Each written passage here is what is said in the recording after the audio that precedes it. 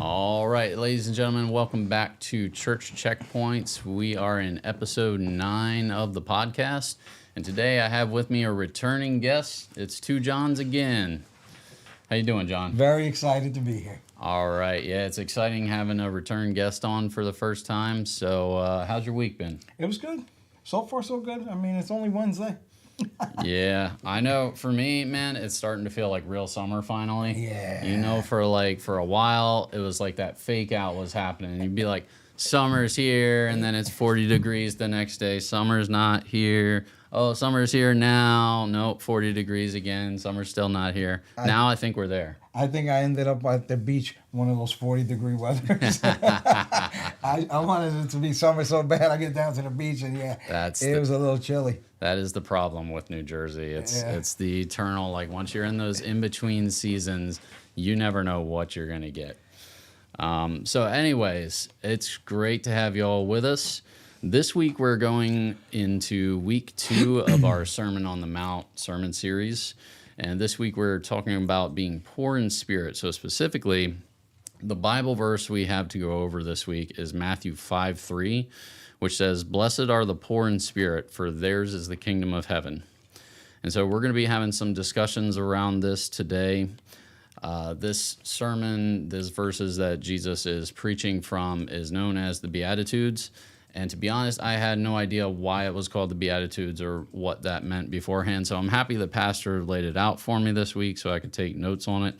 But basically, the Beatitudes means that these are the sayings of blessings.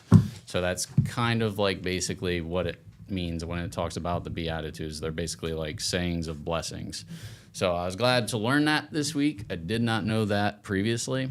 So thank you, Pastor Ben.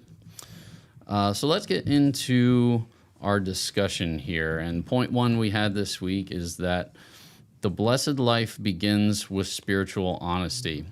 And the pastor had an analogy that I thought was a pretty good analogy, and that is when you're being honest with a doctor about your condition. You know, if you have a medical condition, and you go into the doctor and you're not upfront with them, right? Because maybe it's embarrassing or something. You don't want to talk about it, and you're not upfront with them. Well, that can kind of create problems, you know? Misdiagnosis? Misdiagnosis, and then maybe they give you the wrong kind of treatment, and things get even worse, you know what I mean? Absolutely. And so I think that's a really good analogy for, like, what can happen when we're not honest with God, you know? And it's funny because God already knows. You kind of trick yourself by not being honest. Yeah, right. It's like God knows everything, but sometimes I think we feel like we can get away with things, you know? If you don't talk about it, nobody will know about it, right? You know? It's like God's everywhere. He's watching everything. I can sneak this. I'll just sneak it right by him real quick. You know, he won't notice it. Yeah. And there's a lot of examples in the Bible of people who tried to do that, ironically, and it just doesn't work out, and they get caught with it. It still doesn't work. Yeah, I know. Yeah. So, what do you think? Like, how do we stay spiritually honest, John? What's the key? What's the secret? I mean, I think that the change comes when you want to make the change, and it's how you put in what you want to, get out. So if when you're not being honest, and you're hiding something, and I tell my daughter, if you have to hide it, it's wrong. Don't do it. So with your feelings or your sin, God already knows. Be honest. He'll start working with you on it. Yeah, I like that point about, if you have to hide something, then there's probably something wrong with it. Yeah, don't do it. And you probably know that in the back of your mind too, if you're trying to hide it. I think for me, one of the things that I kind of think about is like, one of the things that I think can help with honesty is sort of reducing myself, reducing kind of my own will and my own way of things, because I think that when we make things about us, that's when we kind of want to put on this air of perfection, and we kind of, we want to put forward an image, right? And be like, this is me, and I don't want anyone to see anything that doesn't line up with this image of myself that I want to put forward. And so then we try to like craft a story around that image, and then everything we say kind of lines up with that story, And so I think that's kind of one of the things that I thought about, is like kind of trying to like reduce yourself and lean like not on your own will, but on the will of God, Not my will, but yours. Maybe playing chameleon and moving certain ways around certain groups, like you act one way in church and then you act a different way when you're not, kind of fit in. When you're around your friends, you're acting one way, and when you're around your church friends, you act another way. Yep. Yeah. Yeah, sometimes we have like multiple personas we put on, right? Dr. Jekyll's and Mr. Hyde's. Yep. And then there's, so there's one version of us at church, there's one version of us at work, there's one version of us at home. And like we tweak those a little bit, because we want to play to the audience and what the audience is looking for. It's dangerous. Yeah, it's a dangerous game, man. Yeah. Right? You might run into somebody when you're in the wrong costume, when you're in the wrong outfit. But no, it's dangerous because you start adapting and moving, and like if God don't see you, because your friends don't see you, because your family don't see you, because the church members don't see you, God still sees you. Yeah, I mean, what's really interesting about that is like God is sort of the one constantly watching you in all of those different circumstances, right? And you kind of forget it sometimes. It's like, oh, God's just watching me at church, right? Yeah. This is where I'm going to behave. Yeah. Because God's at church, and I'm going to behave at church. And then we forget, no, God is everywhere. Yeah. You should behave everywhere. And he is accepting to, and he already knows, and he just wants us to be honest with him so he can work on it. Work on us. Work with us. Yeah, definitely.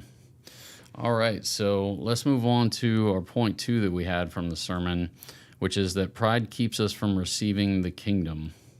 And the pastor kind of had something interesting to talk about, where he talked about avoiding the quiet rebellion. And it was something that I kind of had to think about, well, okay, like, what is the quiet rebellion? And so I kind of like had to put a little bit of my own thought into that. And so like, what's a loud rebellion? What's a quiet rebellion? And I think for me, like kind of the loud rebellion would be if somebody is like totally rejecting God entirely and say, read the Bible, rejects it all. This is fake. I don't want nothing to do with this. It's very like obvious this person is anti-Christian, anti-faith, all of that, and that's like a loud rebellion, right? But then you have another kind of rebellion, which is this quiet rebellion, and I think I like the word qualifying about it, where it's you're looking at the Bible and you're reading the Word, and you're kind of putting your own lens on it, and you're kind of picking and choosing like what works best for your version of it, and sort of how you want to tweak it to work for you. So it's kind of like a qualifying idea, I think. What do you think? God is the same. He's the same God. So you can't make him to adjust to what you want. And I think sometimes we do, like, oh, he'll understand, or it's just only going to be this one time. Yeah, it doesn't quite work that way. And whether it's quiet or loud, isn't it the same? Yeah, at the end of the day, a rebellion's a rebellion, right? You know what I mean? If you want to pretend it's quiet, but God hears it loud and clear, I think. Yeah, I definitely think like it's interesting because I think a quiet rebellion usually like you don't necessarily know you're doing it, Like sometimes it's sort of like a subconscious thing where you'll read the Bible and then you'll sort of like find a way to water parts down, I think. Would I don't know if that's just would me. quiet rebellion mean, like, if I get angry and I think it's okay to curse? Would that be like, well, I was angry. You know what I mean? Like maybe I think And I use foul language. Like, is that a quiet rebellion? I think if you use the foul language, right, and if you try to justify it, Yeah, like I was angry. like that's kind of like the quiet rebellion, right? Yeah. Because you're sitting here, it's like you know it's wrong, but I'm justifying it Well, I was angry because of this. Right, because You I know? was angry. It was, you know what I mean? Yeah. It was okay. Yeah, it's Yeah, I think I get it. think you're onto it there. I think like for me, one of the things I think about is like lying, and it's like, okay, I'm lying, but I'm justifying it because I'm not hurting this person's feelings, and that's kind of like I think of that as like a quiet rebellion kind of thing. like if you said I look nice today and you didn't mean it. Yeah, Yeah. yeah. Do I look nice today? That's like a quiet rebellion. I mean, better than last week, right?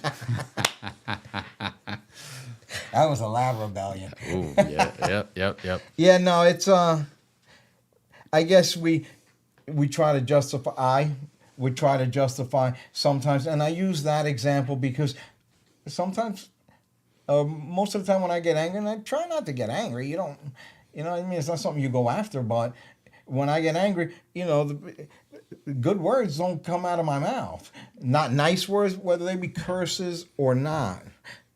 You know, I don't use foul language loosely.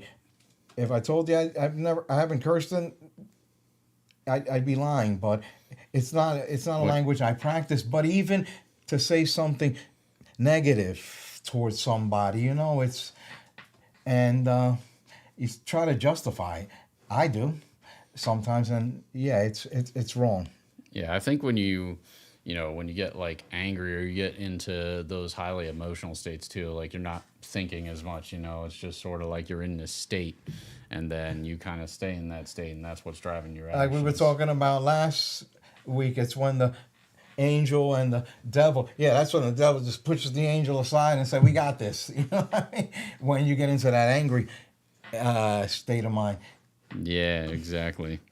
So yeah, I think that's a good point. And then I wanted to I had another discussion point from point 2, which I thought was kind of interesting. Do you ever feel like we treat God more like an employer than a father, where like we're trying to be super impressive to Yeah, God, or and it's like we're trying to or an to like ATM. show up. A cash machine, you know, yeah. We try to impress God and get rewarded. I guess, like, you know, I did this week, you know, God's gonna like that, you know. Yeah, I believe I do at times.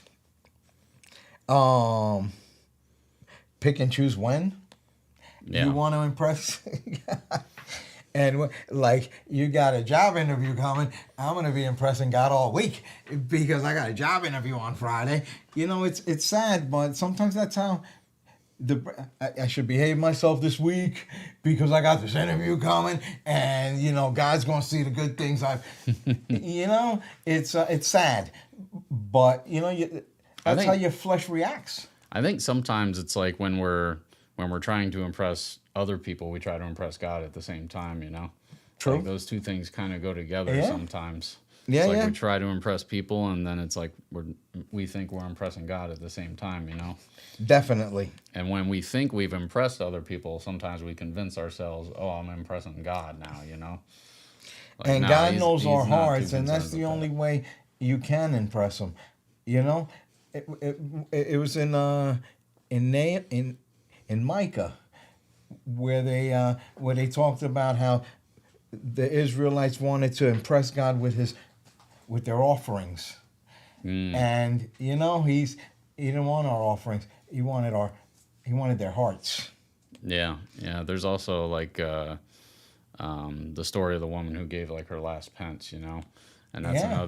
another similar story to that, where you have people that give a whole ton of money, and then they think that oh, I'm so impressive, and okay, we just had a glitch. Technical difficulty? Our camera's running circles up there.